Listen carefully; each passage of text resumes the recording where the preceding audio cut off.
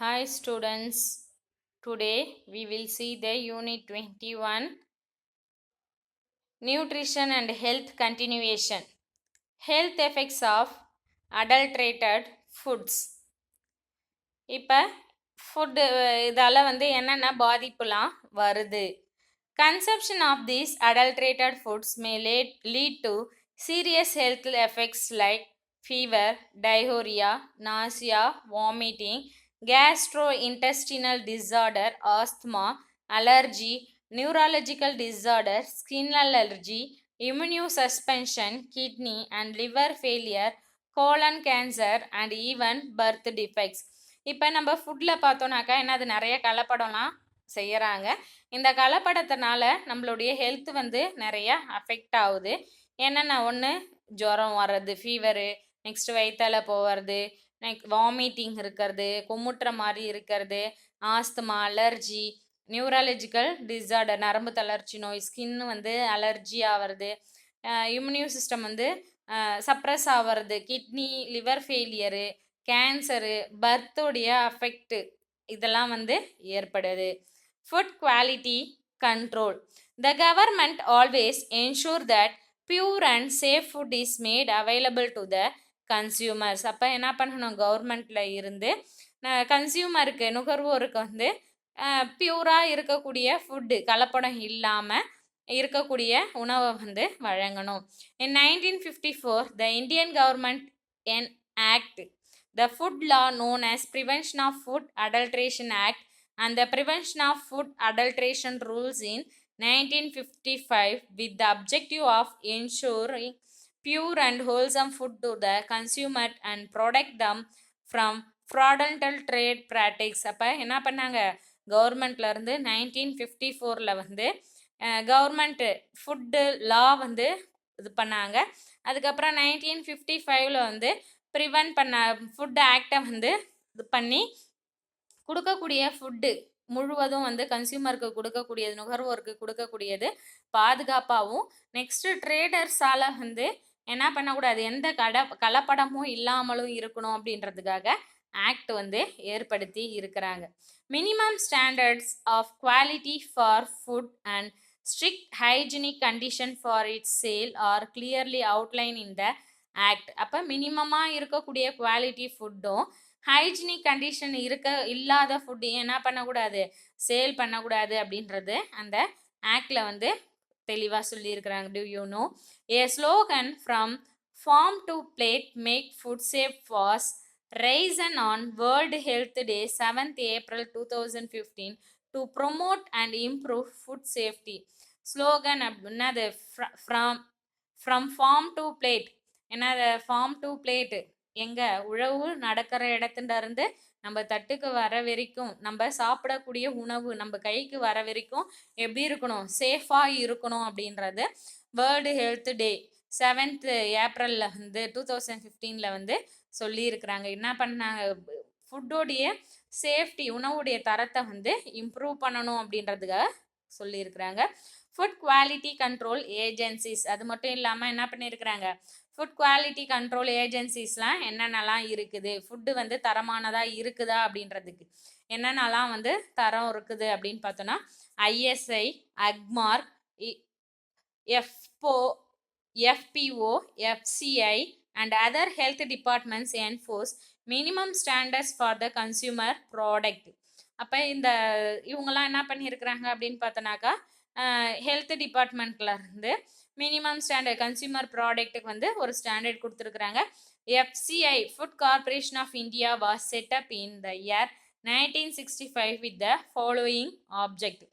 FCI food corporation of India எப்போ set பண்ணாங்க அப்படின்னு பார்த்தோன்னா 1965 செட் பண்ணாங்க. எதுக்காக அப்படின்னு பார்த்தோன்னா effective price support operation for safeguard the interest of farmers. இப்போ பார்த்தோன்னாக்கா உணவுப் பொருட்களுக்கு விவசாயிகளுக்கு சரியான விலையை நிர்ணயம் செஞ்சு அதை பாதுகாக்கிறது.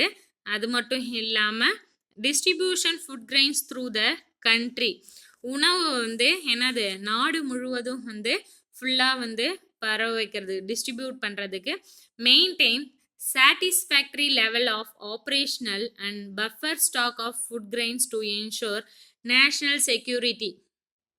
அப்போ என்ன பண்ணியிருக்கிறாங்க, தேசிய பாதுகாப்பை வந்து உறுதி செய்யறதுக்கு போதுமான அளவு என்ன பண்ணியிருக்காங்க, உணவு தானியங்களை வந்து விநியோகம் செய்யறது. அது மட்டும் இல்லாமல் தேவையான அளவு வந்து உணவை வந்து சேமித்து வச்சு உணவுடைய பாதுகாப்பை வந்து நிலைநிறுத்துறது வந்து இவங்களுடைய முக்கிய வேலையாக இருந்தது. Regulate the market price to provide food grains to consumer at reliable rate. உணவு தானியங்களை வந்து என்ன பண்ணுறாங்க, நுகர்வோர் வாங்கும் விதத்தில் வந்து சந்தை விலையை வந்து ஒழுங்குபடுத்துறது. இதெல்லாம் வந்து யாருடைய வேலையாக இருக்குது அப்படின்னு சொல்லிட்டு பார்த்தோன்னாக்கா, யாருடைய வேலை, இந்த FCI corporation, food corporation of India இருக்குதுல்ல, அவங்களுடைய முக்கியமான வேலையாக வந்து இருக்குது. Activity 1, let each of the students bring any food packet, jam, juice, pickle, bread, biscuit, etc. Note down the details like name of the product, manufacture details, contents, ingredients, net price, net weight, maximum retail price MRP, date of manufacture, date of expiry, usage from the date of manufacture and standardized marks ISI, AGMARK or FPO printed on the label for each of the item. What is the aim of such practice? அப்போ ஒருத்தவங்க ஒரு என்னது food item எடுத்துகிட்டு வர சொல்லி அதில் இது எல்லாத்தையும் வந்து கலெக்ட் பண்ண சொல்கிறாங்க. இதோடைய எய்ம் என்ன அப்படின்னு சொல்லிட்டு பார்க்கணும். இதோடைய எய்ம் என்ன அப்படின்னு பார்த்தோன்னாக்கா, யார் வந்து இதுக்கு தர சான்றிதழ் கொடுத்துருக்குறாங்க, நெக்ஸ்ட்டு நம்ம ஃபுட்டு வந்து பாதுகாப்பாக தான் இதில் இருக்குதா, எந்த ஒரு கலப்படமும் இல்லாமல் இருக்குதா அப்படின்றத தெரிஞ்சுக்கிறதுக்காக தான் வந்து நம்மளுக்கு இந்த activity. Food control agencies their standardized mark and role in food safety. இப்போ பார்த்தோன்னாக்கா ஃபுட் கண்ட்ரோல் ஏஜென்சி அவங்களுடைய ஸ்டாண்டர்டைஸாக இருக்கக்கூடிய மார்க் என்ன, ஸ்டாண்டர்டைஸ் மார்க்ஸ் கொடுத்துருக்குறாங்க. அவங்க எப்படி வந்து ஃபுட்டை வந்து சேஃப்டியாக, அது அவங்களுடைய பங்கு என்ன, உணவு வந்து பாதுகாப்பாக இருக்கிறதுல பங்கு என்ன அப்படின்றது பார்க்க போகிறோம். இப்போ ஃபஸ்ட்டு கொடுத்துருக்குற இந்த சிம்பிள் வந்து யாருது, ISI, Indian standard Institute known as Bureau of India Standard BIS certifies industrial product like electrical appliances like switches, wiring cables, water heater, electric motor, kitchen appliances, etc. அப்போ இந்த Indian standard institute bureau of India standard வந்து எதுக்கெலாம் இவங்க தரச்சான்றிதழ் கொடுக்குறாங்க அப்படின்னு பார்த்தோன்னாக்கா, industrial product, நம்ம எலக்ட்ரிக்கல் அப்ளையன்சஸ் வாங்குகிறோம்ல, அது என்னது கேபிள் ஒயரு, நெக்ஸ்ட்டு வந்து என்னது ஸ்விட்சு, heater, electric motor, kitchen appliances, இது எல்லாத்துக்கும் வந்து தர சான்றிதழ் கொடுக்கறது யார் தான், இப்போ எலக்ட்ரிக்கல் அப்ளையன்சஸ் எல்லாத்துக்குமே யார், இவங்க ஐஎஸ்ஐ பிஐஎஸ் தான் வந்து தர சான்றிதழ் கொடுக்குறாங்க. நெக்ஸ்ட்டு இது யாருடைய சிம்பிள் அப்படின்னு பார்த்தோன்னா அக்மார்க். அக்மார்க் அப்படின்றது என்னது, agriculture marking. Certifies agriculture and livestock product like cereals, essential oils, pulses, honey, butter, etc. இந்த அக்மார்க் தர சான்றிதழ் யாருக்கு, அக்ரிகல்ச்சரில் வரக்கூடிய ப்ராடக்ட் எல்லாத்துக்குமே பார்த்தோன்னாக்கா, நம்ம பருப்பு வகைகள், நெக்ஸ்ட்டு வந்து தானியம், அதுக்கப்புறம் வந்து ஆயில், எண்ணெய், ஹனி, பட்டரு, இது எல்லாத்துக்குமே வந்து Agmark. FPO fruit processing order, இது வந்து எஃபிஓடைய simple. Certifies the fruit product like juice, jams, sauce, canned fruits and vegetable pickles, extra. அப்போ இதுக்கு எல்லாத்துக்குமே வந்து எஃபிஓ வந்து என்னது ஸ்டாண்டர்ட் மார்க் வந்து கொடுக்குறாங்க. Next FSSAI. இந்த ஃபிஸை அப்படின்றது இது food safety and standard authority of India. இது வந்து ஃபிஸையுடைய simple. Responsible for protecting and promoting the public health through regulation and supervision of food safety. இப்போ பார்த்தோன்னாக்கா, இந்த ஃபிஸையோடைய முக்கியமான வேலை என்ன அப்படின்னு பார்த்தோன்னாக்கா, உணவுடைய பாதுகாப்பை வந்து கண்காணிக்கிறது, அதை ஒழுங்குபடுத்தி அது மூலம் வந்து மக்களுக்கு வந்து சுகாதார பாதுகாப்பு மேம்படுத்துறது வந்து இந்த ஆணையத்துடைய முக்கிய பொறுப்பாக வந்து இருக்குது. Next activity 2. Some simple techniques use to detect adulterants at home. அப்போ சிம்பிள் ஆக்டிவிட்டி வந்து கொடுத்துருக்குறாங்க. இப்போ வந்து கலப்படம் இருக்குதா உணவில் இல்லையா அப்படின்றத தெரிஞ்சுக்கிறதுக்கு. Milk, place a drop of milk on a slanting polished surface. Pure milk flows slowly, leaving a trail behind, while the milk adulteration with water will flow fast without leaving a trail. இப்போ பாலில் வந்து தண்ணி கலந்துருக்குதா இல்லையா அப்படின்றத நம்ம கண்டுபிடிக்கிறதுக்கு இப்போ ஒரு சொட்டு பாலை வந்து நல்லா பளபளப்பாக வழிஞ்சி ஓடக்கூடிய ஒரு சாய்வான பகுதியில் ஒரு துளி எடுத்து வச்சோம் அப்படின்னாக்கா, இப்போ கலப்படம் இல்லாத பாலா அப்படி இருந்தது அப்படின்னாக்கா அது என்ன பண்ணும், மெதுவாக வந்து வழிஞ்சு வரும். அது மட்டும் இல்லாமல் அது வச்ச இடத்துல கொஞ்சம் பால் வந்து ஒட்டிகிட்டு இருக்கும். இதுவே தண்ணி கலந்த பாலாக இருந்தது அப்படின்னாக்கா என்ன பண்ணும், அந்த இடத்துல வந்து பாலுக்கான தடமே இல்லாமல் ஃபுல்லாக கடகடன்னு வழிஞ்சி வந்துடும். Honey, dip a cotton wick in honey and light it with a matchstick.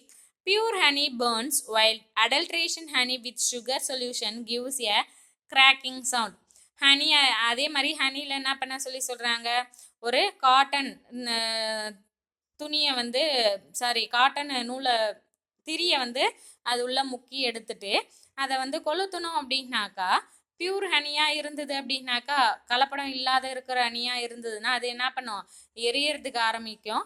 இதுவே அதில் சுகர் கலந்துருக்குது அப்படின்னாக்கா என்ன ஆகிறதுக்கு ஆரம்பிக்கும், வெடித்து எரியறதுக்கு ஆரம்பிக்கும். வெடிக்கிற சவுண்ட் வந்து வரும். Sugar, dissolve sugar in water. If chalk powder is added as an adulterant, it will settle down. இப்போ சுகரில் என்ன பண்ணுறோம், வாட்டரில் டிசால்வ் பண்ணுறோம். அதில் சுகர் கூட சாக் பவுடர் ஆட் பண்ணியிருந்தாங்க அப்படின்னாக்கா என்ன ஆகிறதுக்கு ஆரம்பிக்கும், அடியில் தங்கிடும். Coffee powder, sprinkle a few pinches of coffee powder in a glass of water. Coffee powder floats. If it is adulteration with tamarind powder, it settle down. இப்போ coffee பவுடரை வந்து ஒரு கொஞ்சம் எடுத்து என்ன பண்ணுறோம், ஒரு கிளாஸ் வாட்டரில் வந்து தூக்கணும் அப்படின்னாக்கா காஃபி பவுடராக இருந்தாக்கா என்ன ஆகிறதுக்கு ஆரம்பிக்கும், மிதக்கிறதுக்கு ஆரம்பிக்கும். அதுலேயே என்னது டேமரின் பவுடர் ஆட் பண்ணி இருக்கிறாங்க அடல்ட்ரண்ட்டாக அப்படின்னாக்கா அது என்ன ஆகிடும், அடியில் வந்து தங்கிடும். Food grains, they have visible adulterants like marble, sand, grit, stone extra. இப்போ கிரெயின்ஸில் பார்த்தோன்னாக்கா என்னது நம்மளுக்கு கண்ணுக்கு தெரிஞ்சே என்னது மார்பிள், கல், நெக்ஸ்ட்டு வந்து சாண்டு, மண், இதெல்லாம் வந்து தெரியும். They are remove by sorting, hand picking, washing etcetera. அதை நம்ம எப்படி ரிமூவ் பண்ணலாம் அப்படின்னு பார்த்தோன்னாக்கா, ஒன்று கையால் பொறுக்கி எடுக்கிறது, இல்லை வாஷ் பண்ணுறது, இது மூலிமா வந்து நம்ம ரிமூவ் பண்ணலாம். Okay, thank you students. We will see the next class.